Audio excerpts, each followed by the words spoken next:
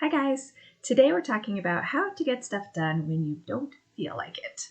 The number of times we have to do stuff we don't really want to do is pretty high. It is just part of life. So either we don't do it and get behind and suffer the consequences, or we do it but with much reluctance. Neither option is fun. Responsibility, to be honest, can be a huge energy drain. Things we'd rather avoid can include cleaning your room, doing yard work, although I personally love yard work, running errands, babysitting a younger sibling, and yes, even some schoolwork. So today we're going to talk about strategies.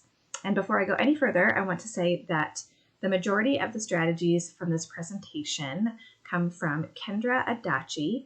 She has a podcast called The Lazy Genius, and she also has a couple of books. All right. Strategy number 1, start with the problem. What is it that you don't want to do but need to do? This might sound obvious, but sometimes we are so good at avoiding that we haven't even identified what it is we are avoiding. So name it. Just be honest. Strategy number 2, be kind to yourself. It's okay that you don't want to do this thing. It does not make you a bad person. Do you still need to figure out how to get it done? Yes. Will it make things any better if you beat yourself up or are a total grouch about it? No. No, it will not. So be kind.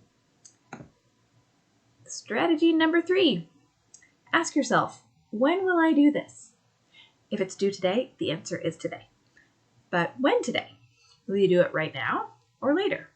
Which option leads to less negative feelings and consequences, such as stressing about it or staying up too late because you procrastinated until 10 p.m.? If it's not due today, you could still do it today, but maybe today legitimately is not the best time. Maybe you're exhausted and need to go to bed. If you choose not today, when? When is a reasonable time to get it done? Decide that and create a reminder or put an alarm in your phone or write it in your calendar, but commit to it, decide it, and then you'll have a little bit of freed up mental energy having done so. All right. Strategy number 4 is to use your emotions to your advantage. This is something we've learned about habit formation, is that we're more successful creating new habits based on how we feel rather than sheer willpower. It's just part of how we're wired. So remember how crummy it feels to be behind in a class, to get a bad grade, or to miss a deadline. Remember the consequences that come with that. Take a moment to stop and really remember what that feels like, and use that as motivation to avoid the negative feeling by just getting it done. Or think of how good it feels to be caught up on your assignments and have the evening or the weekend free from schoolwork. Use that feeling to motivate you to get this thing done. Strategy number 5 is to start small. If you're feeling overwhelmed because you're already behind on schoolwork, pick just one assignment to start with. Just one. Baby steps. And then make it even smaller. You don't have to write the entire essay or complete every single math problem in the assignment. When you imagine doing the entire big thing, it feels like you're going to have to sit there working on it for the next 3 hours, and that feels like a slow, torturous death. Instead, you set a timer for 25 minutes and work with focus until that timer beeps. If you're up for it when the timer beeps, you can keep going. But to get started, just start small. Okay, next strategy is to have a system and actually use it. We are humans, and that means we naturally avoid the things we find unappealing. Having a system can help us stay on track with things we do not enjoy. Every semester, we ask you to create a study schedule. This is a system that can help you stay on track if you follow it. If you don't follow it, then it's kind of useless.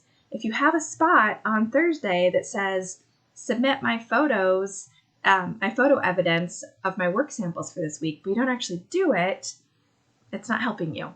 Another example of a system is to check Canvas or Acellus every day around the same time, in the morning or the afternoon, but just to check that you're aware of what is due and that you have submitted what you need for the week. So use the systems that you have. Strategy number 7 is to make good use of breaks.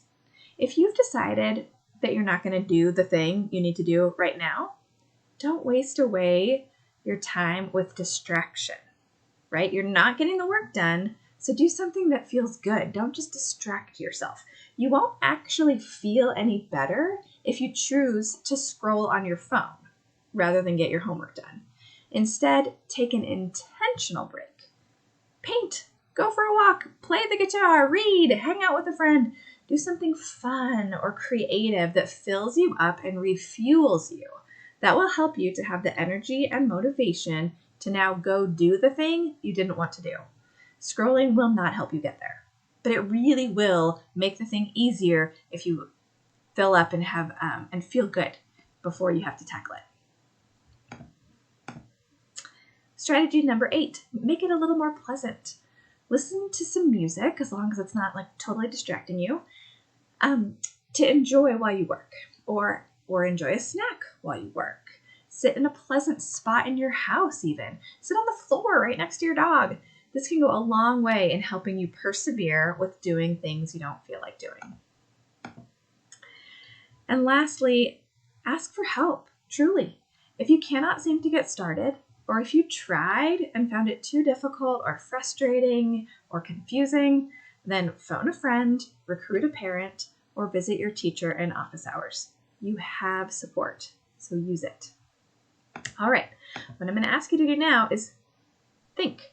Which of these strategies do you already use? How do they work for you?